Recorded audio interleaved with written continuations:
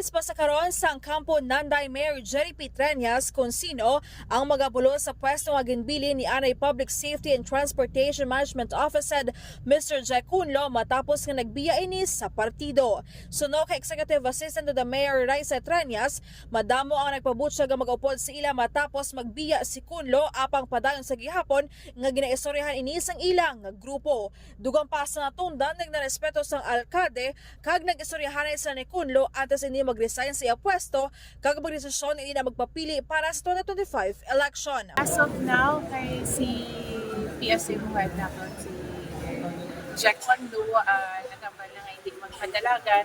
I-finalize lang natin ang ating slate and may arahan madamo mag-impita nga interesado nga mag-join sa ating na grupo. I-finalize kina natin nga makompleto ang ating line-up before sa filing. Balawan nga isa si Mr. Jeck Conlo sa may plano nga magpadalagan konsehal sa Iloilo City para sa 2025 midterm election sa idalom sang partido ni Mayor Jeck Treñas.